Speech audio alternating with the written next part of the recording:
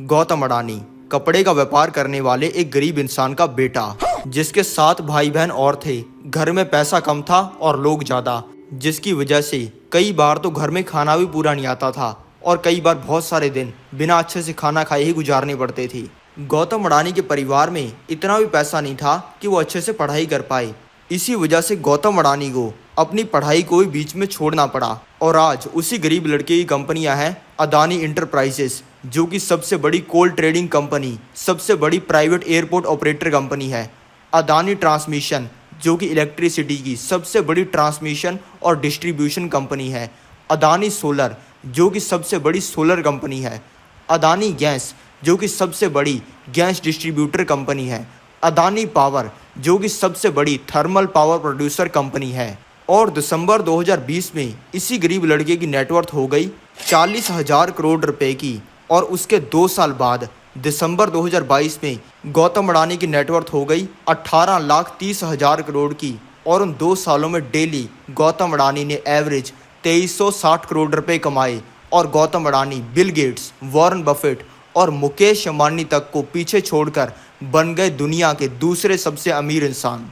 पैसे की वजह से जिस स्कूल में वो पढ़ नहीं पाए थे, आज उसी स्कूल में गौतम अडानी जी के बारे में सिखाया जा रहा है। जो लोग गौतम अडानी को छोटू कहते थे, आज गौतम अडानी उन सभी के बाप बन चुके हैं। तो दोस्तों चलो इस वीडियो में जानते हैं कि ये अजूबा हुआ कैसे।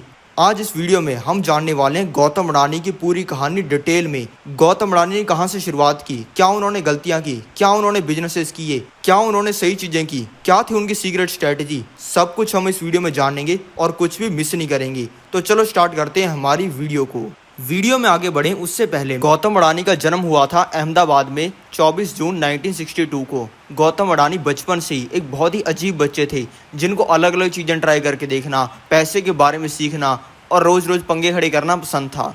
इसी तरीके से गौतम अडानी का बचपन निकला और उन्होंने अपनी स्कूलिंग कर ली वहाँ की एक लोकल स्कूल से। स्कूल के अंदर भी कुछ ज़्यादा पढ़ाकू बच्चे नहीं थे। स्कूल के अंदर भी पढ़ाई के अलावा सभी चीज़ों के ऊपर ध्यान दिया करते थे। फिर स्कूलिंग करने के बाद में वो चले गए कॉलेज में पढ़ाई करने के लिए और वो चले गए गुजरात यूनिवर्सिटी, जहाँ पे जाके गौतम अडानी ने पढ़ाई करनी स्टार्ट कर दी। गौतम अडानी ने कॉलेज में ये 5 चीज़ें देखी जिसको देखकर उन्होंने कॉलेज छोड़ा। पहली चीज़ ये थी कि कॉलेज के अंदर जो टीचर बच्चों को पढ़ा रहे थे वो खुद मूर्ख थे। पुराने समय में जब इंडिया के अंदर गुरुकुल होते थे तब टीचर बनना कोई जॉब नहीं होती थी। तब के समय में जो इंसान जिस चीज़ के अंदर एक्सपर्ट होता था वो बच्चों को वही पढ़ाता था।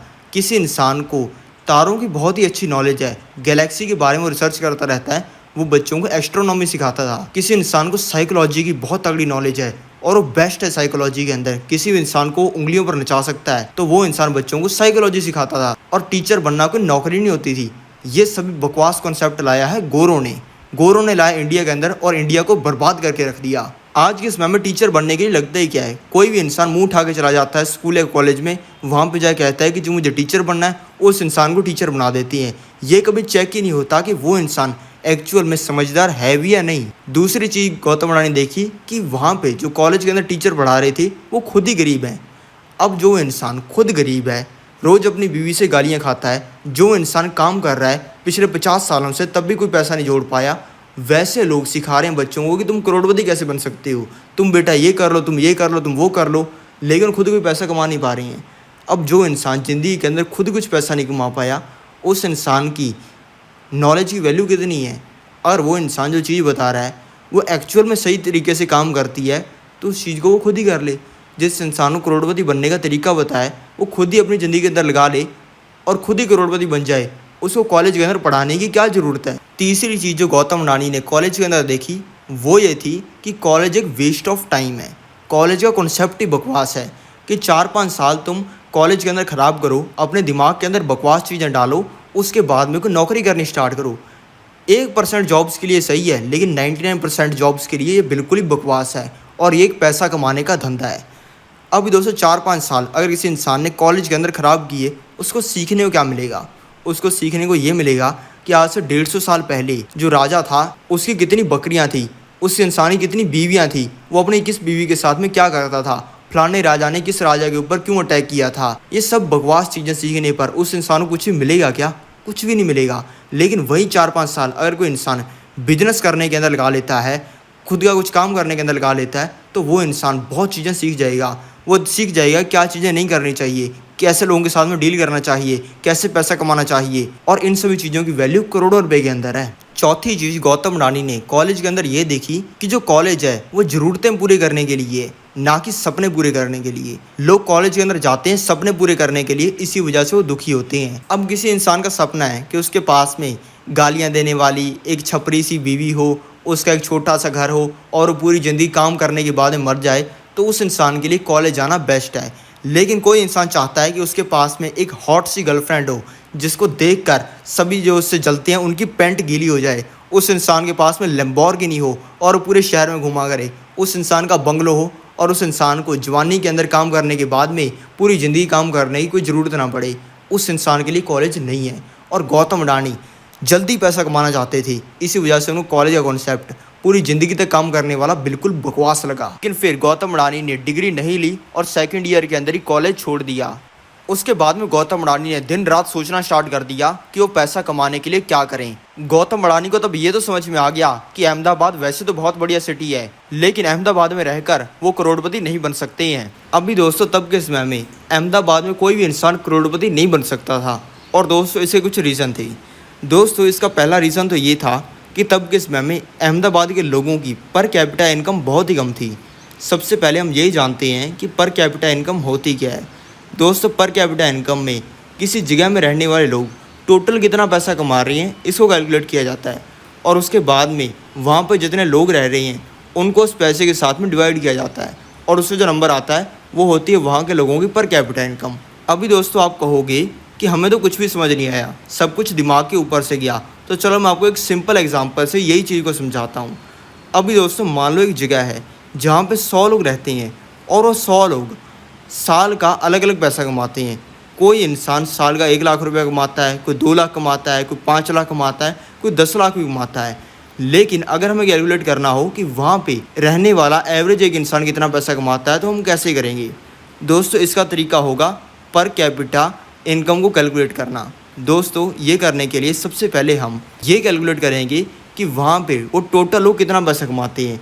मान लो वहाँ पे वो जो 100 लोग रह रहे हैं वो साल का 1 करोड़ रुपया कमा रहे हैं, तो हम 1 करोड़ के नंबर को लेंगे और वहाँ की पॉपुलेशन जो कि 100 लोगों की है उसको उसके साथ में डिवाइड कर देंगे, तो नंबर आएगा 1 लाख का।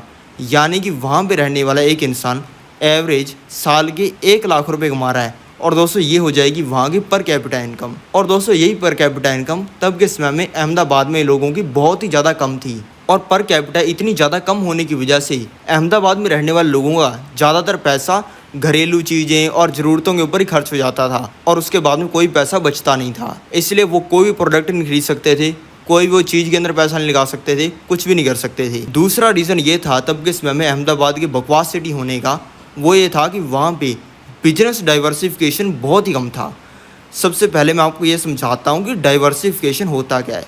दोस्तों डाइवर्सिफिकेशन में हम सेफ़ रहने के लिए ज़्यादा जगहों में हमारा पैसा लगाते हैं, या फिर हम ऐसे कह सकते हैं कि हम ज़्यादा जगहों से पैसा कमाते हैं सेफ़ रहने के लिए। ये मैं आपको समझाता हूँ सिंपल एग्जांपल से। अभी दोस्तों जो कंपनियाँ साल के 100 करोड़ रुपए कमाती हैं वो ऐसे नहीं कमा लेती, या फिर ऐसा नहीं होता कि वो सिर्फ एक ही सोर्स से 100 करोड़ रुपए कमाती हैं। वो 100 करोड़ रुपए को कमाने के लिए 5 सोर्स बनाते हैं पैसे कमाने के, 10 बनाती हैं, 20 बनाती हैं, और कई के पास में तो 50 भी होती हैं, जिससे वो साल के 100 करोड़ रुपए कमा पाती हैं। और दोस्तों जितने ज़्यादा किसी बिजनेस के अंदर पैसा कमाने के सोर्स होते हैं वो बिजनेस उतना ही ज़्यादा स्टेबल होता है, यानी कि उसके बर्बाद होने के चांसेस काफ़ी कम होते हैं। अब ये कंपनियाँ जो कि साल के 100 करोड़ रुपए कमा रही है लेकिन कमा एक ही चीज़ से रही है, अभी दोस्तों हो सकता है कि वो एक चीज़ बंद भी हो जाए तो बिजनेस भी बंद हो जाएगा। यही चीज़ थी अहमदाबाद में। अहमदाबाद में जो बिजनेसेस ट्रेडिशनल थे वही चल रहे थे। कोई इंसान कपड़े का काम कर रहा है, कोई जूते बना रहा है, कोई मोची है, यही सब वहाँ पे था। और वहाँ पे कोई भी तगड़े बिजनेसेस नहीं थे, यानी कि एडवांस बिजनेस नहीं थे। दोस्तों तीसरा रीज़न ये था कि तब के समय में अहमदाबाद में जीरो पोटेंशियल था बिजनेसेस का, क्योंकि दोस्तों तब के समय में अहमदाबाद कोई सिटी नहीं बल्कि एक गाँव था। अब दोस्तों आप खुद ही बताओ कि गांव के अंदर बिजनेस करने का क्या पोटेंशियल होता है। अगर आपको करना हो तो आप क्या कर लोगे? गोलगप्पे की रेडी लगा लोगे, जूतों की दुकान खोल लोगे, परचून की दुकान खोल लोगे। इससे ज़्यादा गांव के अंदर होता ही क्या है। अब दोस्तों जो चौथा और सबसे इम्पॉर्टेंट रीज़न था जिसकी वजह से तब के समय में अहमदाबाद में कोई भी इंसान करोड़पति नहीं बन सकता था, वो ये था कि तब के समय में अहमदाबाद में स्किल्ड वर्कर्स नहीं थे और स्किल्ड लेबर नहीं थी। अब तब के समय में कोई इंसान कोई एडवांस बिजनेस ढूंढ भी लेता था तो उस बिजनेस को ऑपरेट करने के लिए लोग ही नहीं होते थे। इसलिए वो 1970s के समय में चले गए सपनों की नगरी मुंबई में। दोस्तों, इन 5 चीज़ों को देखकर गौतम अडानी मुंबई के अंदर शिफ्ट हुए थे और इन्हीं 5 चीज़ों की वजह से आज भी मुंबई पैसा कमाने के लिए बेस्ट सिटी है। पहला रीज़न तो ये था, या फिर जो पहली चीज़ गौतम अडानी ने देखी थी वो ये थी कि मुंबई एक बहुत ही एडवांस सिटी थी। तब के समय में इंडिया के अंदर जितने भी शहर थे उनमें सबसे जो एडवांस शहर था वो मुंबई था, क्योंकि इंडिया के सभी बड़े बड़े बिजनेसेस मुंबई के अंदर थे। कोई बड़ी कंपनी बनती थी वो सबसे पहले शिफ्ट होती थी मुंबई के अंदर, जिसकी वजह से मुंबई में बड़ी कंपनीज का एक बहुत ही तगड़ा नेटवर्क था। और दोस्तों, ये बड़े बिजनेसेस होने की वजह से डेली अरबों रुपए का मुंबई के अंदर लेन देन होता था और मुंबई पैसे का एक समुंदर था। गौतम अडानी को समझ आ चुका था कि इस पैसे के समुंदर में से अगर मैंने एक लोटा भी भर लिया ना तो मेरी ज़िंदगी बदल जाएगी। एक रीज़न दोस्तों मुंबई के एडवांस होने का ये भी था कि तब के समय मुंबई में स्टॉक मार्केट था। गौतम अडानी रोज़ पढ़ा करते थे कि ये स्टॉक 10 गुना हो गया, 20 गुना हो गया, 50 गुना हो गया, 100 गुना हो गया और कई शेयर तो हज़ार गुना हो गए, ये भी पढ़ा करते थे। अभी दोस्तों स्टॉक मार्केट में कोई भी इंसान स्टॉक मार्केट में लिस्टेड किसी भी कंपनी के अंदर पैसा लगा सकता है। ऐसा करने पर उस इंसान को उस कंपनी के अंदर हिस्सा मिल जाता है और बाद में वो कंपनी जितनी बड़ी होती है उतना ही ज़्यादा उस इंसान को फ़ायदा होता है। अभी दोस्तों Mukesh Ambani company, Gautam Adani company, Ratan Tata sir की कंपनी, इन सभी लोगों की कंपनीज़ के स्टॉक्स इंडियन स्टॉक मार्केट में लिस्टेड हैं। मान लो किसी इंसान ने रिलायंस कंपनी के अंदर पैसा लगा दिया और रिलायंस कंपनी 20 गुना बड़ी हो गई, यानी कि 20 गुना उस कंपनी के प्रॉफिट बढ़ गए और उस कंपनी का स्टॉक भी 20 गुना बढ़ गया, तो उस इंसान का पैसा भी 20 गुना बढ़ जाएगा। और दोस्तों मान लो किसी इंसान ने एक ऐसी कंपनी के अंदर पैसा लगा दिया जो कि 1000 गुना बढ़ गई और उस कंपनी के अंदर उसने 1000 रुपया लगाया हुआ, तो उस इंसान का 1000 रुपया 10 लाख रुपए के अंदर बदल जाएगा। दोस्तों, अगर आप भी स्टॉक मार्केट में पैसा लगाना चाहते हैं तो उसके लिए आपको चाहिए होगा एक डीमैट अकाउंट, और डीमैट अकाउंट खुलवाने के लिए मैंने लिंक डिस्क्रिप्शन के अंदर दिया हुआ है। तो देर किस बात की है, अभी डिस्क्रिप्शन को ओपन करो, वहाँ पे दिए हुए लिंक से अपना डीमैट अकाउंट खुलवाकर अपनी स्टॉक मार्केट की जर्नी को स्टार्ट करो। और दोस्तों, मुंबई के अंदर शिफ्ट होने का गौतम अडानी का दूसरा रीज़न ये था कि तब के समय में सभी बड़ी बड़ी कंपनीज मुंबई के अंदर थी। भले वो धीरू भाई अंबानी कंपनी हो, भले वो रतन टाटा सर की कंपनियाँ हो, ये सभी बड़ी बड़ी कंपनी मुंबई के अंदर एग्जिस्ट करती थी। गौतम अडानी ये जानते थे कि अगर मैं ऐसी किसी बड़ी कंपनी के अंदर काम करने लग जाता हूँ तो मैं ऐसी बड़ी कंपनी से बहुत ही अच्छी नॉलेज ले सकता हूँ और उस नॉलेज से मैं अपनी कंपनी स्टार्ट कर सकता हूँ। तीसरा रीज़न मुंबई के अंदर शिफ्ट होने का ये था कि तब के समय में मुंबई के अंदर लार्ज नंबर ऑफ बिजनेसेस थे, यानी कि बहुत सारे बिजनेसेस थे। गौतम अडानी को अहमदाबाद से यही दिक्कत थी कि वहाँ पे स्मॉल नंबर ऑफ बिजनेसेस थे, उनके पास में चॉइस बहुत ही कम थी। कपड़े का व्यापार कर लो, परचून की दुकान खोल लो, कपड़ों की दुकान खोल लो, ये 3-4 ऑप्शंस थे और गौतम अडानी की मजबूरी थी उनमें से किसी ऑप्शन को चूज़ करना। लेकिन वहीं पे मुंबई के अंदर लार्ज नंबर ऑफ बिजनेसेस थे। गौतम अडानी ने ये देखा कि मुंबई के अंदर इतने सारे बिजनेसेस हैं, कई 100 बिजनेसेस हैं, मैं इनमें से किसी को भी चूज़ कर सकता हूँ और जिस बिजनेस में सबसे ज़्यादा पैसा बन सकता है मैं उसी को करके बहुत ज़्यादा पैसा कमा सकता हूँ। दोस्तों, चौथा रीज़न ये था कि तब के समय में मुंबई के मार्केट में बहुत ज़्यादा पोटेंशियल था। एक तो तब मुंबई के अंदर पॉपुलेशन बहुत बड़ी रहती थी, यानी कि लाखों में पॉपुलेशन रहती थी, और एक उन लोगों के पास में पैसे भी थे। गौतम अडानी को यही दिक्कत थी कि अहमदाबाद के जो लोग हैं वो सस्ती चीज़ें खरीद सकते हैं। उन्होंने भाई 100-200 रुपये की चीज़ खरीद ली, उनका हो गया। लेकिन वहीं पे मुंबई के अंदर हर तरीके की और हर प्राइस रेंज की चीज़ें खरीदने वाली पॉपुलेशन रहती थी। मुंबई के अंदर ऐसे भी लोग रहते थे जो कि 100-200 रुपये की चीज़ खरीद सकते हैं, ऐसे भी लोग रहते थे जो कि 1000 रुपये की चीज़ खरीद सकते हैं, ऐसे भी रहते थे जो कि 1 लाख रुपये की चीज़ खरीद सकते हैं, ऐसे भी रहते थे जो कि 1 करोड़ रुपये की चीज़ खरीद सकते हैं। गौतम अडानी को लगा कि मुंबई के अंदर बिजनेस करने में बहुत ज़्यादा पोटेंशियल है, क्योंकि अगर मुंबई के अंदर चाहूँ तो मैं 1000 रुपये की चीज़ बेच के भी अपना बिजनेस कर सकता हूँ और अगर मैं चाहूँ तो मैं करोड़ रुपए की चीज़ें बेच के बिजनेस कर सकता हूँ। और दोस्तों, 5वां जो गौतम अडानी का फेवरेट था वो ये था कि मुंबई के अंदर स्किल्ड लेबर और स्किल्ड वर्कर्स थे।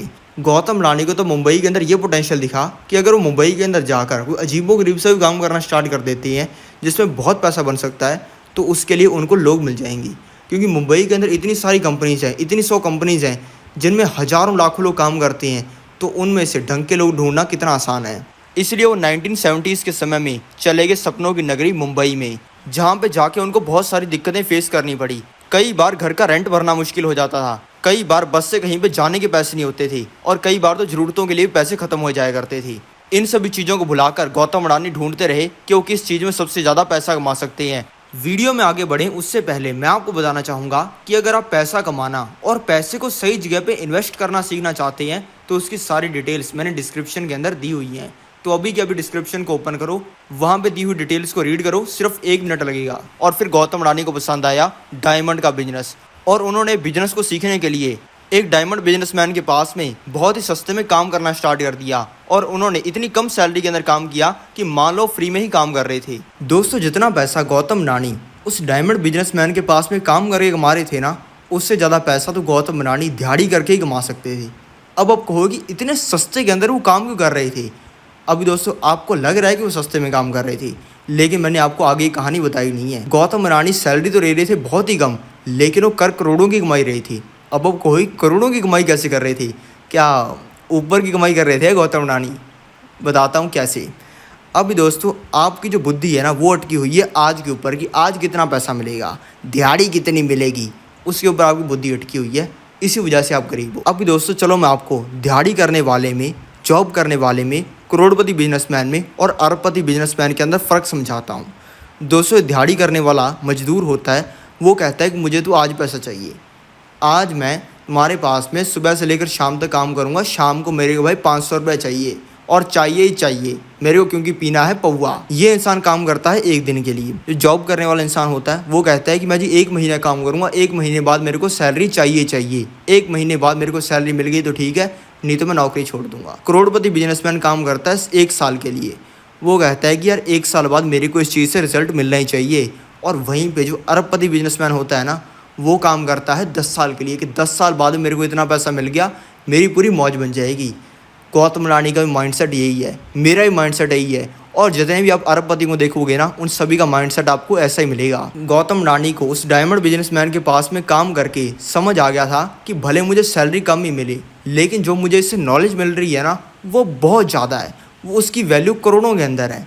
क्योंकि गौतम अडानी ने कैलकुलेट कर लिया था कि अगर मैं इस डायमंड बिजनेसमैन के पास में 100 दिन काम करता हूँ और उससे जो मुझे नॉलेज मिलती है उससे मैं 100 करोड़ रुपये कमा लेता हूँ आने वाले कुछ सालों के अंदर, तो मैं डेली का 1 करोड़ रुपये कमा रहा हूँ इस इंसान के पास में काम करके। दोस्तों, इसी तरीके कैलकुलेशन से इंसान आगे निकलता है। दोस्तों, उस इंसान के पास में इतने सस्ते में काम करने की गौतम अडानी की एक और वजह थी।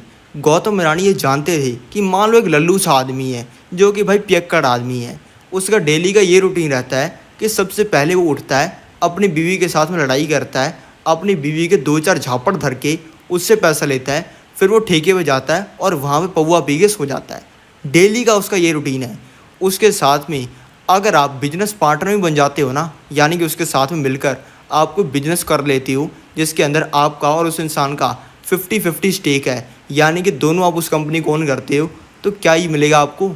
आप उसको कहोगे कि यार ये कर सकते हैं, वो इंसान आपको कहेगा अरे यार तू पौवा भी कल देखें तेरा बिजनेस, कुछ नहीं मिलेगा आपको। यानी कि ऐसे इंसान के पास में आप सबसे बड़ी चीज़ होती है वो होती है बिजनेस पार्टनर, वो भी बन जाते हो, आप कुछ नहीं मिलेगा।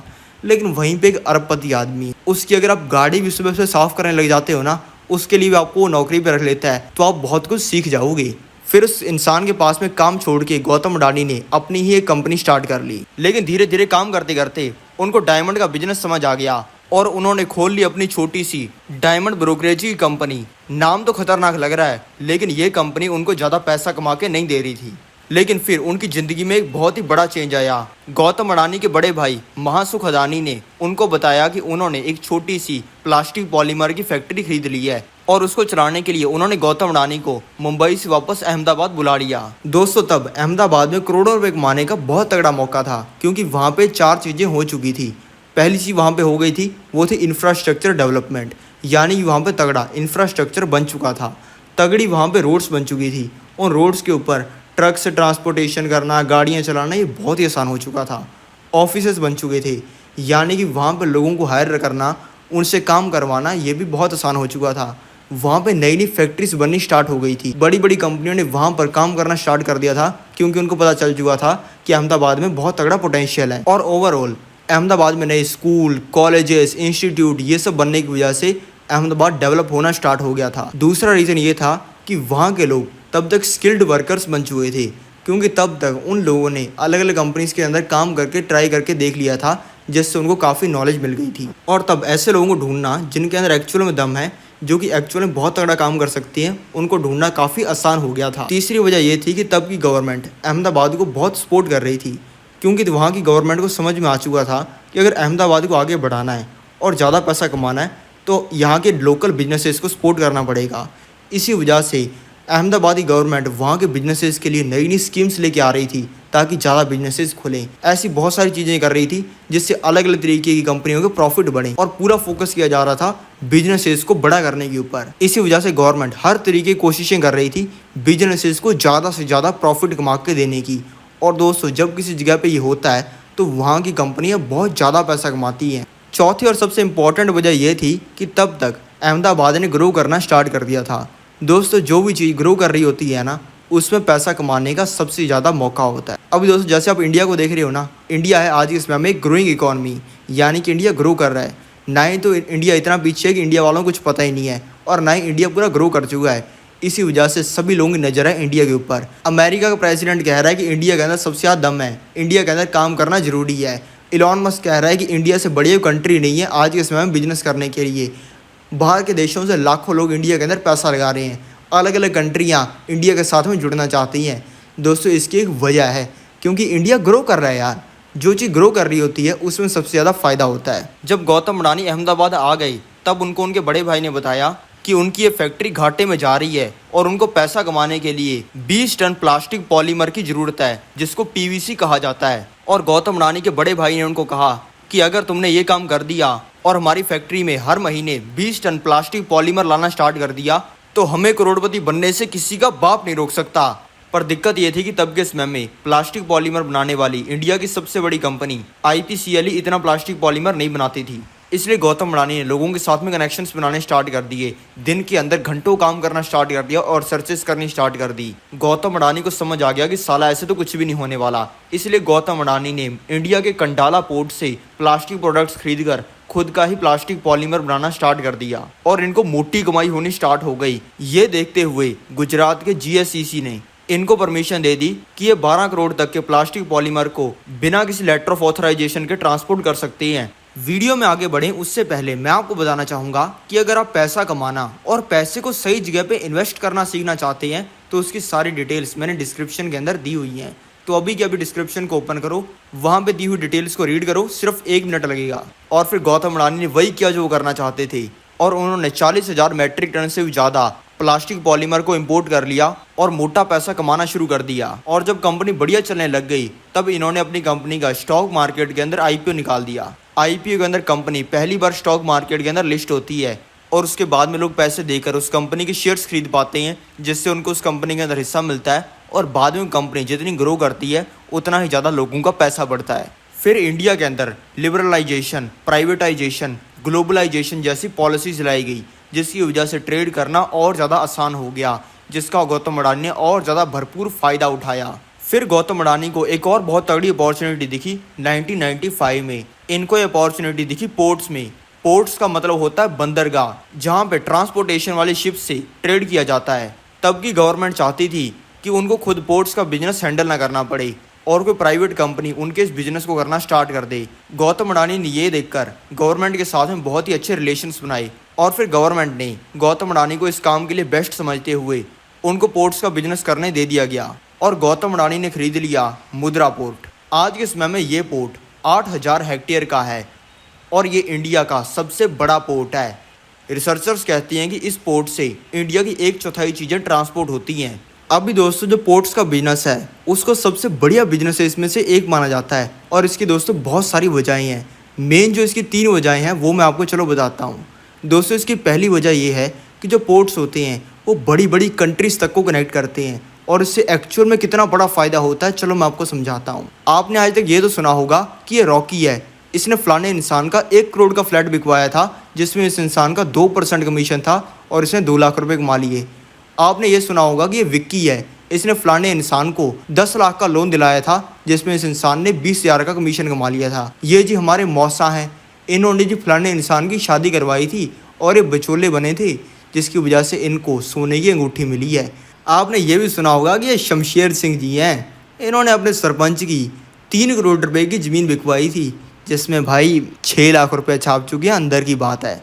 दोस्तों जब इतनी छोटी छोटी चीज़ों के अंदर डील करवाने पे इतना ज़्यादा फ़ायदा होता है तो आप खुद ही सोच लो कि जब बड़ी बड़ी कंट्रीज़ कनेक्ट होती हैं, रशिया के साथ में इंडिया कनेक्ट हो गया, तो दोस्तों इसमें कमीशन कितना मोटा मिलता होगा। क्योंकि दोस्तों कंट्रीज़ ने करनी होती हैं अरबों की डील्स, और वो भी पूरी ज़िंदगी में नहीं बल्कि महीने में जब अरबों की डील्स होती हैं तो कितना मोटा कमीशन बनता होगा, आप खुद ही सोच लो। और दोस्तों जब 2 तगड़ी कंट्रीज़ को कनेक्ट करवाया जाता है ना, तब डेली की करोड़ों रुपए कमाई होनी स्टार्ट हो जाती है। क्योंकि जब 2 कंट्रीज़ आपस में ट्रेड करती हैं तब 1-2 नहीं बल्कि डेली हज़ारों कंटेनर इधर उधर जाते हैं, जिसके ऊपर मोटा कमीशन बनता है। इसके अंदर ग्लोबल सप्लाई चेन बहुत तगड़ी बन जाती है। अभी दोस्तों मान लो इंडिया के साथ में एक कंट्री कनेक्ट हो गई तो पोर्ट कई गुना ज़्यादा पैसा कमाने लग जाएगा, और अगर 10 कंट्री कनेक्ट हो गई तो पोर्ट 10 गुना ज़्यादा पैसा कमाने लग जाएगा। और इसी तरीके से पोर्ट के अंदर पैसा कमाने के बहुत तरीके होते हैं। दोस्तों पोर्ट्स का बिजनेस बेस्ट होने की दूसरी वजह ये है कि जो पोर्ट्स का बिजनेस होता है वो काफ़ी सस्टेनेबल और काफ़ी पोटेंशियल वाला बिजनेस होता है। दोस्तों पोर्ट्स के बिजनेस को बड़ा करने के अंदर ये 3 चीज़ें सबसे बड़ा रोल प्ले करती हैं। पहली होती है कंट्रीज़, दूसरी होती है पॉपुलेशन, और तीसरा होता है ट्रेड। अभी दोस्तों अगर मैं आपसे पूछता हूँ कि आने वाले समय में रशिया ग्रो करेगा या नहीं करेगा, आपको ही बिल्कुल करेगा। मैं आपसे पूछता हूँ कि अमेरिका ग्रो करेगा या नहीं करेगा, आपको ही बिल्कुल करेगा। आपसे मैं पूछता हूँ कि इंडिया ग्रो करेगा या नहीं करेगा, आपको ही बिल्कुल करेगा। अब आप ये बताओ कि अगर ये कंट्रीज़ ग्रो करेंगी तो इन कंट्रीज़ का ट्रेड ग्रो ना करेगा, यानी कि इनका ट्रेड ना बढ़ेगा। आने वाले समय में ऐसा थोड़ी हो सकता है कि ये कंट्रीज़ 10 गुना ज़्यादा बड़ी बन जाएँ, 10 गुना ज़्यादा ग्रो कर जाएँ और ये ट्रेड उतना ही करती रहें। ट्रेड भी तो ज़्यादा करेंगी, लोग उस कंट्री के 10 गुना ज़्यादा पैसा कमाएंगे तो 10 गुना ज़्यादा चीज़ें खरीदेंगे भी तो सही, और 10 गुना ज़्यादा चीज़ें आएंगी कहाँ से, दूसरे देशों से ही आएंगी ना। इसी वजह से जब कंट्रीज़ ग्रो कर रही हैं तभी पोर्ट से बिजनेस भी बढ़ रहा है। दूसरी चीज़ है पॉपुलेशन। दुनिया के अंदर पॉपुलेशन बढ़ती जा रही है। अभी दोस्तों मान लो आप कहीं पे रहते हो जहाँ पे आप सिर्फ एक इंसान रहते हो, और वहीं पे उसके बाद में आपके साथ में आपकी फैमिली भी रहना स्टार्ट कर देती है, और आप 10 लोग रहना स्टार्ट कर देते हो। तो भाई 10 लोग उतना ही खाना खाएंगे क्या जितना आप एक इंसान खाते थे? वो 10 लोग उतना ही ज़्यादा दूध पियेंगे जितना आप अकेले पीते थे। वो 10 लोग उतना ही ज़्यादा वाटर यूज़ करेंगे जितना आप करते थे। आपको ही बिल्कुल ही ऐसा नहीं होगा। जहाँ पे अकेला रहता था वहाँ पे अगर 10 लोग रहने लग जाएंगे तो सभी चीज़ें 10 गुना ज़्यादा यूज़ होंगी। अब खुद ही बताओ अगर पॉपुलेशन बढ़ेगी तो फिर सभी लोग ज़्यादा चीज़ें यूज़ ना करेंगे, वो ज़्यादा चीज़ें आएंगी कहाँ से? वो भी तो ट्रेड होकर आएंगी ना। अगली चीज़ है दोस्तों ट्रेड। अब दोस्तों ट्रेड का मतलब होता है कि जब 2 कंट्रीज़ या फिर 2 लोग आपस के अंदर लेन देन करते हैं उसको हम ट्रेड कहते हैं। ये भी दोस्तों आने वाले समय के अंदर बढ़ने वाला है, क्योंकि जो हमारी दुनिया है वो मटेरियलिस्टिक चीज़ों के पीछे भाग रही है। हर इंसान को महंगी गाड़ी चाहिए, महंगा फ़ोन चाहिए, महंगे कपड़े चाहिए। अभी दोस्तों मटेरियलिस्टिक चीज़ों के पीछे हम इतना भाग रहे हैं तो वो चीज़ें भी तो कहीं से आएंगी ना। आईफोन किसी और कंट्री से आएगा, घर के अंदर यूज़ होने वाली चीज़ें कहीं से और आएंगी, लैम्बोर्गिनी कहीं से और आएगी, तो उससे भी ट्रेड बढ़ेगा ना। दोस्तों तीसरी वजह है पोर्ट्स का बिजनेस बेस्ट होने की, वो ये है कि पोर्ट्स के अंदर काफ़ी सारी इनकम स्ट्रीम्स होती हैं, यानी कि एक डाइवर्स बिजनेस है। अभी दोस्तों इसका मतलब क्या है मैं आपको ये समझाता हूँ। अब दोस्तों पोर्ट्स के अंदर पैसा कमाने के लिए एक चीज़ नहीं होती है, पैसा कमाने के लिए 100 चीज़ें होती हैं। अलग अलग 50, 100, 1000 चीज़ों से पोर्ट पैसा कमाता है। अगर उनमें से कोई चीज़ बंद भी हो जाती है तो पोर्ट को फ़र्क क्या पड़ेगा? अभी दोस्तों गौतम रानी का पोर्ट है, इंडिया के 10 देशों के साथ में बनती है, 10 देशों से गौतम रानी पैसा कमा रहे हैं। लेकिन मान लो एक कंट्री के साथ में इंडिया की बननी बंद हो गई तो 9 के साथ में तो बनती रहेगी ना, नुकसान तो नहीं होगा। इसी वजह से दोस्तों इसके अंदर हर चीज़ में पोटेंशियल है। एक चीज़ इसमें बंद होती है तो दूसरी चीज़ बढ़ जाती है। अभी दोस्तों आप गांव के अंदर देखोगे कि अगर एक इंसान की गोलगप्पे की रेडी बढ़िया चल जाती है तो उसके साथ में 3 और खुल जाते हैं, फिर वो चारों मिलकर भूख मरते हैं। लेकिन दोस्तों पोर्ट्स के अंदर नहीं होता। पोर्ट जिस इंसान का है उसका है, उसके जैसा कोई इंसान खोल नहीं सकता है, इसलिए इसके अंदर कोई कंपटीशन भी नहीं है। और दोस्तों गौतम रानी को इस पोर्ट में एक और तगड़ी अपॉर्चुनिटी दिखी थी। ये पोर्ट था स्पेशल इकोनॉमिक जोन में, और स्पेशल इकोनॉमिक जोन के अंदर जो भी कंपनी काम करती है उसको कोई भी टैक्स नहीं देना पड़ता। जो पैसा इनका टैक्स के अंदर जाने वाला था वही पैसा इन्होंने पोर्ट के अंदर लगाया, जिससे इनका पोर्ट का बिजनेस बहुत ही बढ़िया चला। और आज इस समय में गौतम रानी के गुजरात, महाराष्ट्र, गोवा, आंध्र प्रदेश, तमिलनाडु, ओडिशा जैसी 13 से ज़्यादा जगहों के अंदर पोर्ट हैं। और गौतम रानी कंपनी इंडिया की सबसे बड़ी पोर्ट कंपनी है। दोस्तों गौतम रानी और बाकी बिलियनर्स जैसे मुकेश अंबानी, रतन टाटा, इनके अंदर एक बहुत ही बड़ा फ़र्क है। ये फ़र्क मैं आपको समझाता हूँ। सबसे पहले हम ये देखते हैं कि इन दोनों ने किया क्या है। दोस्तों मुकेश अंबानी की स्ट्रेटजी ये रही है कि मुकेश अंबानी सबसे पहले 10-20 साल लगाकर इंटरनेट के लाइसेंसेस खरीदे, इंटरनेट को समुद्रों के बीच में से निकाला, ऑप्टिकल फाइबर बिछाया, सरकार के साथ में डील्स की, और ये सब करने के बाद में 10-20 सालों की मेहनत करने के बाद में उन्होंने जियो को लॉन्च किया। जियो को लॉन्च करते ही उन्होंने सभी को फ्री इंटरनेट दिया। सभी को बोला कि भाई अब से इंटरनेट फ्री है, फ़ोन के ऊपर मज़े करो, भले इस फ़ोन के ऊपर सपना चौधरी देखो, भले मूवी देखो, यूट्यूब देखो, इंस्टाग्राम चलाओ, कुछ भी करो, लेकिन हम दे रहे हैं भाई फ्री इंटरनेट, बिल्कुल फ्री, सभी आ जाओ, कोई दिक्कत वाली बात नहीं है, बिल्कुल भंडारा लगा रखा है हमने। ये करने की वजह से क्या हुआ, लोगों ने कहा कि यार ये तो मज़ा आ गया, मुकेश अंबानी दे रहे हैं फ्री इंटरनेट। लोगों ने धड़ाधड़ इंटरनेट लेना स्टार्ट कर दिया मुकेश अंबानी का, बिल्कुल फ्री में ले रहे थे वो। लेकिन उसके थोड़े टाइम बाद मुकेश अंबानी आ गए और उन्होंने आके कहा कि जी पैसा दो। मुकेश अंबानी ने आके कहा कि तुम मुझे 100 रुपये दो। लोगों ने कहा कि हम क्यों दें, आप तो पहले बोल रहे थे कि हम फ्री इंटरनेट देंगे, अब 100 रुपये क्यों मांग रहे हो। मुकेश अंबानी ने कहा कि मुझे तो 100 रुपये चाहिए, मुझे तो करनी है कमाई। लोगों ने कहा कि हम तो नहीं देंगे। मुकेश अंबानी ने कहा कि तुम्हारा आज से इंटरनेट ही बंद अगर नहीं दोगे तो। लोगों ने कहा कि भाई चंपा के साथ में बात भी करनी है, व्हाट्सएप के ऊपर सपना चौधरी का डांस भी देखना है, फिल्में भी देखनी है, तो दे ही देती हैं यार 100 रुपये, अपने मोटा भाई इनको दे देती है। तो इस तरीके से लोगों ने 100 रुपये देने स्टार्ट कर दिए। और दोस्तों आज के समय में मुकेश अंबानी के 40 करोड़ से भी ज़्यादा कस्टमर हैं, यानी कि इंडिया में 40 करोड़ से भी ज़्यादा ऐसे लोग हैं जिनके पास में जियो की सिम है। अब दोस्तों 40 करोड़ लोग अगर महीने का सिर्फ 100 रुपये देते हैं, सिर्फ 100 रुपया बिल्कुल ही छोटा सा अमाउंट है। 100 रुपये से कुछ होता है क्या आज की महंगाई के ज़माने में। 100 रुपये आप रेडी पर लेके जाओगे ना, आप गोलगप्पे खा जाओगे इतने की, आप समोसे खा जाओगे इतने में। अगर आप बाजार जाओगे तो 100 रुपये में आता क्या है।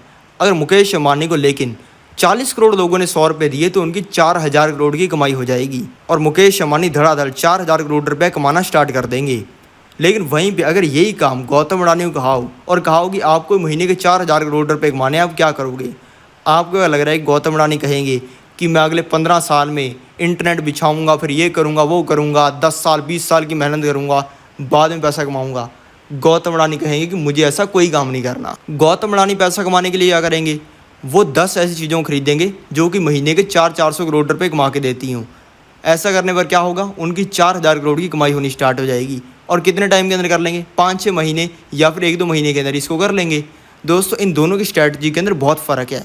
गौतम अडानी फास्ट डिसीजन लेती हैं और फास्ट ही उनको बिजनेस करना पसंद है। इसी वजह से गौतम अडानी की ग्रोथ भी इतनी फास्ट हुई है। इनका पोर्ट का बिजनेस बहुत ही बढ़िया चला और आज इस समय में गौतम अडानी के गुजरात, महाराष्ट्र, गोवा, आंध्र प्रदेश, तमिलनाडु, ओडिशा जैसी 13 से ज़्यादा जगहों के अंदर पोर्ट हैं। और गौतम अडानी कंपनी इंडिया की सबसे बड़ी पोर्ट कंपनी है। ये जब बिजनेस इनका बढ़िया चल गया तब इनको पोटेंशियल दिखा घर में यूज़ किए जाने वाले तेल में। तब गौतम अडानी ने विल्मर कंपनी के साथ में डील करके अपना एक एडिबल ऑयल यानी कि घर में यूज़ किए जाने वाला ऑयल निकाला। वीडियो में आगे बढ़ें उससे पहले मैं आपको बताना चाहूँगा कि अगर आप पैसा कमाना और पैसे को सही जगह पे इन्वेस्ट करना सीखना चाहते हैं तो उसकी सारी डिटेल्स मैंने डिस्क्रिप्शन के अंदर दी हुई हैं। तो अभी के अभी डिस्क्रिप्शन को ओपन करो, वहाँ पे दी हुई डिटेल्स को रीड करो, सिर्फ 1 मिनट लगेगा। और आज इस समय में हम सभी इस ऑयल को फॉर्चून ऑयल के नाम से जानते हैं। और दोस्तों ये फॉर्चून ऑयल इतना बढ़िया था, इसकी क्वालिटी लोगों को इतनी अच्छी लगी कि आज इस समय में घर घर में फॉर्चून ऑयल का यूज़ होता है। और जब गौतम अडानी का ये धंधा अच्छे चल गया और गौतम अडानी को समझ आ गया कि इस बिज़नेस से हम लोगों के घर घर में जा सकते हैं, फिर गौतम अडानी ने आटे का बिजनेस, दाल का बिजनेस, चावल का बिजनेस भी स्टार्ट कर लिया। और तब तक गौतम अडानी को खाने पीने वाली चीज़ों के बिजनेस के बारे में काफ़ी ज़्यादा नॉलेज आ गई थी, क्योंकि उन्होंने घरों में यूज़ होने वाला अपना एक तेल निकाला था, जिससे ये सभी बिजनेस भी गौतम अडानी के हिट हो गए। लेकिन तभी गौतम अडानी को एक दिक्कत आ गई। गौतम अडानी के पास में ये तो पोटेंशियल था कि वो ज़्यादा इन चीज़ों को बेच सकते थे, लेकिन उनके पास में कैपेसिटी नहीं थी इतनी चीज़ों को स्टोर करने की, यानी कि उनके पास में इतनी चीज़ों को रखने की ही जगह नहीं थी। इसी वजह से गौतम अडानी ने फिर फूड कॉरपोरेशन ऑफ इंडिया के साथ में मिलकर बहुत सारे साइलोस बनाए। दोस्तों साइलोस एक ऐसी जगह होती है जहाँ पर खाने पीने वाली चीज़ों को स्टोर करके रखा जाता है बहुत ही ज़्यादा बड़े अमाउंट में, यानी कि वहाँ पे सारा अनाज रखा जाता है। जब गौतम अडानी ने इतने सारे साइलोस बना लिए और वहाँ पर खाने पीने वाली चीज़ें भी रख ली, तब उनको एक और बड़ी दिक्कत आ गई। दिक्कत ये थी कि वो खाने पीने वाली चीज़ें जो कि इन साइलोस में पड़ी थी उनको ट्रांसपोर्ट नहीं कर पा रही थी। सबसे पहले इन्होंने सोचा कि चलो रोड से इसको ट्रांसपोर्ट करके देखते हैं, लेकिन फिर इनको समझ आया कि अगर हम इसे ट्रक से ट्रांसपोर्ट करते हैं तो वो बहुत ज़्यादा कॉस्टली पड़ेगा। और गौतम अडानी को कैलकुलेट करने पर पता चला कि अगर वो इस खाने पीने वाले अनाज को इन साइलोस के अंदर छोड़ भी देती हैं और ये ख़राब भी हो जाता है, तब भी उनको ज़्यादा फ़ायदा होगा, बल्कि अगर ट्रक से वो इन चीज़ों को ट्रांसपोर्ट करते हैं तो। फिर गौतम अडानी ने एक बहुत ही बड़ा रिस्क लेने का सोचा। गौतम अडानी ने सोचा कि साला खुद की ट्रेन ही लगा देते हैं, ट्रेन से ट्रांसपोर्ट किया करेंगे इसको। और गौतम अडानी ने किया भी ऐसा ही। गौतम अडानी ने अपनी पटरियां बिछा दी और पटरियों के ऊपर अपनी ट्रेन को चलाना स्टार्ट कर दिया और ट्रेन से उनका ये अनाज ट्रांसपोर्ट होना स्टार्ट हो गया। और दोस्तों ये उनको काफ़ी सस्ता पड़ा, क्योंकि गौतम अडानी की स्ट्रेटजी ये थी कि वो अपने खाने पीने वाली चीज़ों को ऐसी जगहों पर स्टोर करके रखते थे जहाँ पे ज़मीन बहुत ही सस्ती होती थी, और वहीं पे बाकी कंपनीज कन्वीनियंस के लिए इन चीज़ों को शहर जैसी जगहों पर रखती थी जहाँ पर उनको ज़मीन बहुत ही महंगी पड़ती थी। तो गौतम अडानी ने साइलोस बनाए सस्ते के अंदर और अपने पैसे को लगाया ट्रेन बनाने में। और गौतम अडानी का ये बिजनेस आइडिया बहुत ही सुपर हिट साबित हुआ। अभी दोस्तों जानते हैं गौतम अडानी ने किन स्ट्रेटजीज का यूज़ किया इतना ज़्यादा पैसा कमाने के लिए। यहाँ पे मैंने दो लोगों का कंपैरिजन दिया हुआ है। यहाँ पे एक तरफ है नॉर्मल बिलियनर, यानी कि जो नॉर्मल अरबपति होते हैं वो क्या करते हैं, और एक तरफ दिया हुआ है अडानी साहब। आपको समझ नहीं आ रहा होगा कि मैं यहाँ पे समझाना क्या चाह रहा हूँ, चलो मैं आपको डिटेल के अंदर बताता हूँ। दोस्तों यह है कंपैरिजन इन दो लोगों की ज़िंदगी का कि नॉर्मल बिलियनर जो होते हैं अरबपति टाइप के लोग, उनकी ज़िंदगी का चार्ट कैसे चलता है और गौतम अडानी का चार्ट आज तक कैसे चला है। दोस्तों नॉर्मल बिलियनर होते हैं वो पता क्या करते हैं, उनसे कोई इंसान पूछता है, मीडिया वाला या फिर कहीं पे उन्होंने इंटरव्यू दे दिया या फिर कहीं पे किसी पेपर के अंदर निकलवा दिया, वहाँ पे वो पता क्या बोलेंगे, जी हम तो बहुत तगड़े आदमी हैं, एकदम भाई ज़बरदस्त आदमी है, हम ये करने वाले हैं वो करने वाले हैं, हमारी ये कंपनी के साथ मर्जर होने वाला है, सिस्टम फाड़ के रख देंगी, हम तो सभी की गेम बजा देंगे, सबको पीछे कर देंगे, हमारा कोई मुकाबला नहीं है। फिर देते हो नंबर्स देते हैं लोगों को, जी हमारी ये ग्रोथ चल रही है, 30% की ग्रोथ आ रही है, 10 सालों के अंदर हमारी कंपनी आने वाले समय में 3 गुना बड़ी बन जाएगी, हम पूरे मार्केट को कैप्चर कर लेंगे, हम एक लीडिंग कंपनी है, हम लीडिंग नेशन इंडिया के अंदर काम कर रही हैं। ऐसी चीज़ें वो कंपनियां बोलती रहती हैं। और दोस्तों ऐसी चीज़ें बोलने से उनका एक नुकसान होता है। दोस्तों ऐसी जब चीज़ें बोलते हैं तब उनकी सारी चीज़ें बाहर रिवील होती रहती हैं, सब लोगों को पता चल जाता है कि ये किस जगह पे काम कर रहा है, क्या ये काम कर रहा है, क्यों ये कर रहा है, ये आने वाले समय में कुछ बड़ा करेगा या नहीं करेगा, वो सब लोगों को पता होता है। और दोस्तों ये सब चीज़ें नॉर्मल बिलियनर फेमस होने के लिए करती हैं। लेकिन वहीं पे आते हैं गौतम अडानी। इनसे कोई इंसान इंटरव्यू में पूछता है कि सर आप आने वाले समय में कैसी ग्रोथ एक्सपेक्ट कर रहे हो अडानी ग्रुप की, ये कहेंगे जी क्या ग्रोथ बताएं, धंधा तो बिल्कुल अच्छे से चल नहीं रहा है, ढंग से काम हो नहीं रहा है, कंपनी के अंदर बहुत सारी दिक्कतें आ गई हैं, बहुत ही परेशान हो चुका हूँ। कोई इंसान से पूछता है कि सर आप तो बहुत ही अमीर बन चुके हैं, आप तो डेली के 2-2 हज़ार करोड़ रुपए कमाते हैं। अडानी साहब कहते हैं कौन से 2-2 हज़ार करोड़ रुपए, मिडिल क्लास आदमी है, आज भी बिल्कुल मिडिल क्लास लोगों की तरह अपना जीवन व्यतीत करते हैं। बस काम इतना सही है कि सुबह मैं जाता हूँ अपने ऑफिस के अंदर, जाके काम करता हूँ बढ़िया, काम करने के बाद में अपने घर पे आता हूँ और बस सो जाता हूँ। नॉर्मल ज़िंदगी जीता हूँ मैं, बिल्कुल नॉर्मल ज़िंदगी। और गौतम अडानी अपने डिसीजंस के बारे में बिल्कुल शांत रहते हैं। और दोस्तों इस चीज़ से पहले तो कोई ज़्यादा इफेक्ट देखने को मिलता। पहले अगर आप बाहर से देखोगे तो आपको दिखेगा कि जो नॉर्मल बिलियनर है इसकी कंपनी अच्छे से ग्रो कर रही है, धीरे धीरे करके ऊपर जा रही है, कम से कम ऊपर तो जा रही है, नीचे तो नहीं जा रही, ग्रो तो कर रही है ना ओवर टाइम, आप ये देखोगे। लेकिन वहीं पे अगर आप गौतम अडानी सर की कंपनी देखोगे ना, आप कहोगे कि यार ये क्या बकवास कंपनी है, पिछले 5 सालों से तो ये वहीं पे खड़ी हुई है, कुछ कर ही नहीं रही। ऊपर से आप गौतम अडानी का इंटरव्यू देखोगे उसमें कुछ नहीं बोलेंगे कि हम कंपनी के अंदर कुछ करने वाले हैं, लोग कहेंगे भाई ये कोई काम की कंपनी नहीं है, बिल्कुल बकवास है। लेकिन दोस्तों फिर एकदम से आती है न्यूज़ जिसमें पता चलता है कि गौतम अडानी ने एक बहुत ही बड़ी कंपनी के साथ मर्जर कर लिया है, एक बहुत ही बड़ी इन्होंने माइन खरीद ली है, एक बहुत ही बड़ी इन्होंने फैक्ट्री खरीद ली है।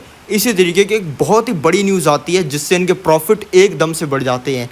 इनको ये स्लो माल करने के अंदर कोई इंटरेस्ट नहीं है, इनको पसंद है एकदम से जब धमाका होता है ना तब इनको मज़ा आता है। और ये नॉर्मल बिलियनर तो वहीं पे खड़े रह जाते हैं और गौतम अडानी कंपनी का चार्ट इस तरीके से ऊपर जाता है और एकदम से इनकी कंपनी 5 गुना 10 गुना 20 गुना बड़ी बन जाती है। दोस्तों जब गौतम अडानी की न्यूज़ आती है ना और गौतम अडानी पूरा सिस्टम हिला के रख देते हैं, तब इस नॉर्मल बिलियनर को संभलने का मौका ही नहीं मिलता। वीडियो में आगे बढ़ें उससे पहले मैं आपको बताना चाहूँगा कि अगर आप पैसा कमाना और पैसे को सही जगह पे इन्वेस्ट करना सीखना चाहते हैं तो उसकी सारी डिटेल्स मैंने डिस्क्रिप्शन के अंदर दी हुई हैं। तो अभी के अभी डिस्क्रिप्शन को ओपन करो, वहाँ पे दी हुई डिटेल्स को रीड करो, सिर्फ 1 मिनट लगेगा, एकदम से इसके बिजनेस के अंदर घुस जाते हैं।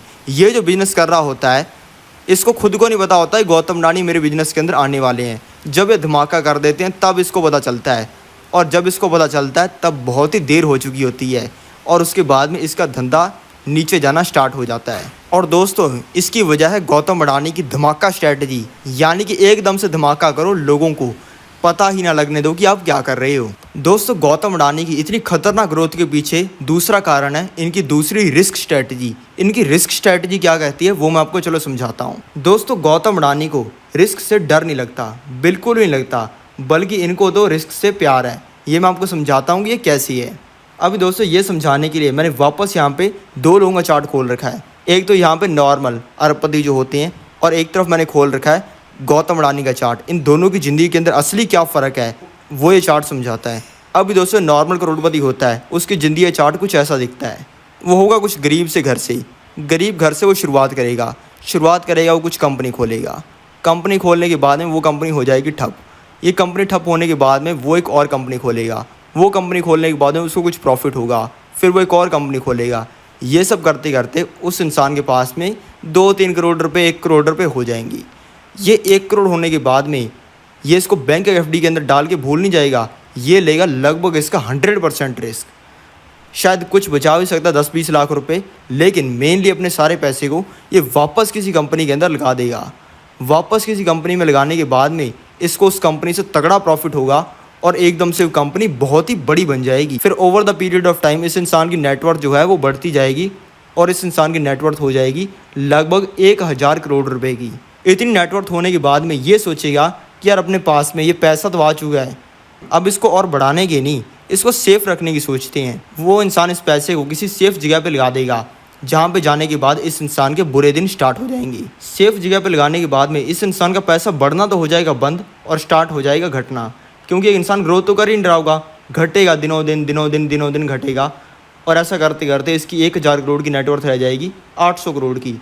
800 करोड़ की नेटवर्थ फिर इसकी रह जाएगी 600 करोड़ की। और इस तरीके से इस इंसान का पैसा कम ही कम होता जाएगा। और दोस्तों गौतम अडानी क्या स्ट्रैटेजी है वो मैं आपको समझाता हूँ। अब दोस्तों गौतम अडानी ने स्टार्ट की थी, उन्होंने कंपनी बनाई, वो फेल हुई, फिर उन्होंने और काम किए, फेल हुआ, कुछ चला, कुछ कंपनी के साथ में मर्जर किया, कुछ भाई के साथ में काम किया और ऐसे करते करते इनकी नेटवर्थ हो गई 1-2 करोड़ 3 करोड़ रुपए की। इन्होंने वही काम किया जो ये नॉर्मल वाला बिलियनर करता, इन्होंने भी सेम काम किया। इन्होंने उस पैसे के ऊपर तगड़ा रिस्क लिया। तगड़ा रिस्क लेने के बाद में इन्होंने और बिजनेस करने स्टार्ट किए, जिससे इनकी नेटवर्थ लंबे टाइम में हो गई 1000 करोड़ से भी ज़्यादा की। अब दोस्तों यहाँ पे गौतम अडानी वो गलती नहीं करती हैं जो कि नॉर्मल बिलियनर करता है। दोस्तों यहाँ पे गौतम अडानी के पास में 2 चॉइसेस थी। एक तो चॉइस ये थी कि इस पैसे को बैंक एफडी के अंदर रख के सो जाएं और बाद में काम ही ना करें और इस पैसे को सेव कर लें और इस 1000 करोड़ रुपए के ऊपर ये कोई 20-30 करोड़ का 50 करोड़ का रिस्क लें और बाकी को ये सेव कर लें। लेकिन दोस्तों गौतम अडानी ने ऐसा नहीं किया। उन्होंने लिया 800 करोड़ रुपए का रिस्क, 900 करोड़ रुपए का रिस्क, खुद 100-200 करोड़ रुपया रख लिया और बाकी का रिस्क ही ले लिया। सभी ने उनको बोला कि भाई ऐसा मत कर, प्लीज़ ऐसा मत कर, पैसा डूब गया तो तू भी बिल्कुल बर्बाद हो जाएगा। दोस्तों गौतम अडानी की मेंटेलिटी है कि मान लो मेरे पास में 1000 करोड़ रुपया पड़ा है, उसमें से मैंने 800 करोड़ का रिस्क ले लिया और वो 800 करोड़ रुपया डूब भी गया, तब भी मेरा क्या जा रहा है, मेरे पास में तब भी 200 करोड़ रुपए पड़े हैं ना ज़िंदगी जीने के लिए।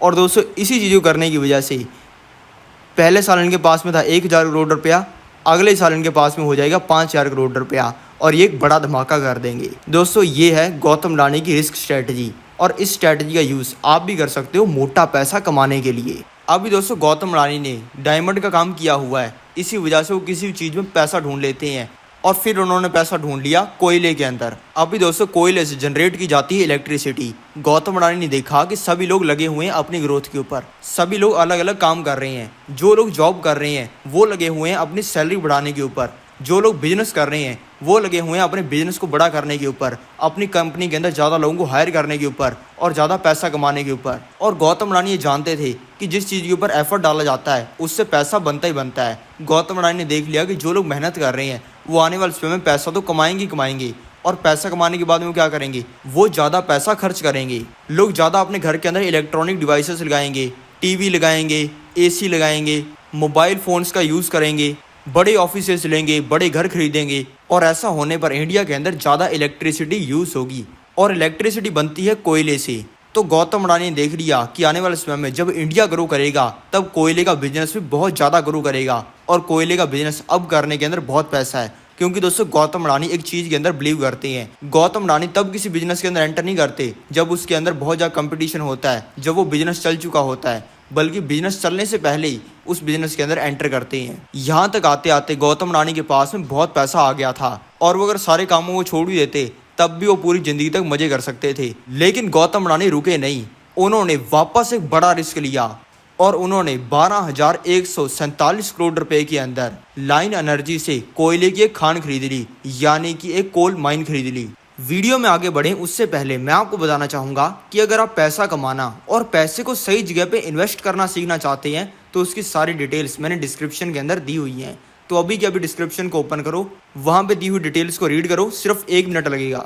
दोस्तों, अगर इस खदान के साइज के बारे में बात करें तो इसके अंदर 7.8 बिलियन टन खनिज पदार्थ हैं। और दोस्तों, ये कितनी बड़ी है आपको इस नंबर से पता नहीं चला होगा, लेकिन अगला नंबर सुन के आप हिल जाओगे। इतना ज़्यादा कोयला होने के बावजूद हर साल इस खदान से सिर्फ 60 लाख टन ही कोयला निकाला जाता है। लेकिन तब भी गौतम अडानी सबसे बड़े इलेक्ट्रिसिटी डिस्ट्रीब्यूटर बन चुके हैं। दोस्तों, इतनी बड़ी खदान से गौतम अडानी थोड़ा सा कोयला निकालते हैं, लेकिन तब भी वो फुल पोटेंशियल के ऊपर काम कर रहे हैं और पूरा इंडिया उन्होंने कैप्चर कर लिया है। और गौतम अडानी इंडिया के अंदर कोयले के बिजनेस के अंदर लगभग जितना ग्रो कर सकते थे उतना उन्होंने ग्रो कर लिया है। अब गौतम अडानी को समझ आ चुका है कि इंडिया के अंदर तो उनकी ग्रोथ और ज़्यादा होने नहीं वाली। इसी वजह से गौतम अडानी इंडिया के बाहर भी अपना दबदबा बनाना चाहते हैं।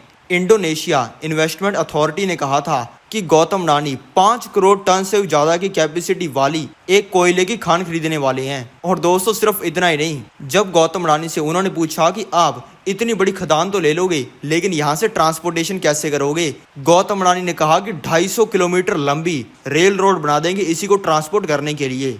दोस्तों, यहाँ तक आते आते गौतम अडानी के पास में इतना पैसा आ गया था कि वो जो बिजनेस चाहते उसको वो कर सकते थे, भले वो कुछ भी हो। और फिर गौतम अडानी के पास में 2 ऑप्शन थे। पहला ऑप्शन तो ये था कि वो ऐसे काम करते जिससे सिर्फ गौतम अडानी का फायदा होता। गौतम अडानी किसी और के बारे में नहीं सोचते और बस अपने फायदे के लिए काम करते और उससे तुरंत बहुत ही ज़्यादा पैसा बनता। और दूसरा गौतम अडानी के पास में ऑप्शन ये था कि वो इंडिया की ग्रोथ के ऊपर काम करते, यानी कि ऐसे काम करते जिससे इंडिया ग्रो करे, इंडिया के पास में ज़्यादा पैसा आए, इंडिया के अंदर लोग बाहर के देशों से ज़्यादा पैसा लगाएं और इंडिया नंबर 1 कंट्री बन जाए। आपको क्या लग रहा है कि गौतम अडानी ने कौन सा ऑप्शन चूज़ किया होगा? गौतम अडानी ने चूज़ किया दूसरा ऑप्शन, इंडिया की ग्रोथ के ऊपर पैसा लगाने वाला और इंडिया को ग्रो करने के अंदर हेल्प करने वाला।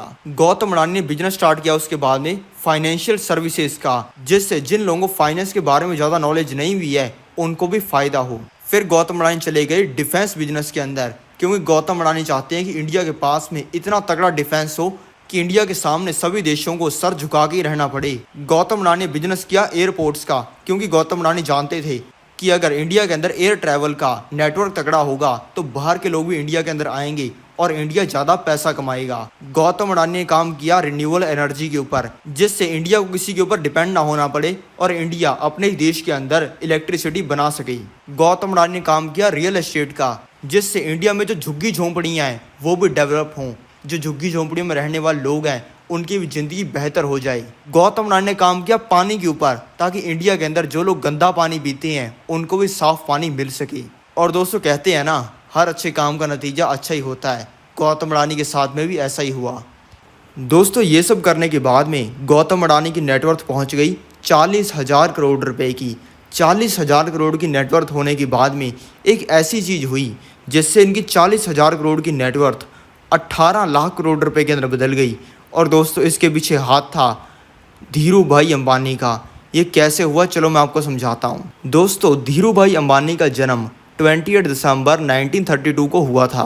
दोस्तों, धीरू भाई अंबानी की फैमिली कोई बहुत ज़्यादा अमीर नहीं, बहुत ज़्यादा कोई अरबपतियों की फैमिली नहीं, बल्कि एक गरीब सी ही फैमिली थी। धीरू भाई अंबानी ने जन्म लिया था जूनागढ़ डिस्ट्रिक्ट के चोरवाड़ में।